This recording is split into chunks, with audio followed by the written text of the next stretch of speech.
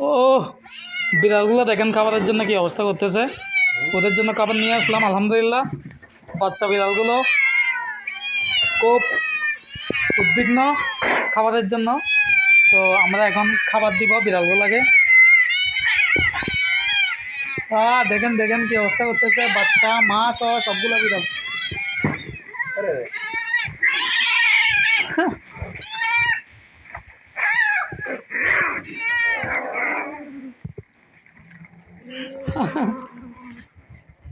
অনেক খুশি না, তারা অনেক খুশি হয়ে গেছে মাছ পেয়ে।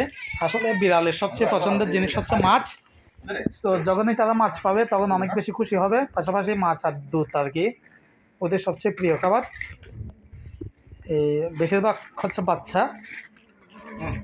তো মাছগুলো কিনে আনছি আমরা একটু আগে, অনেক খুশি।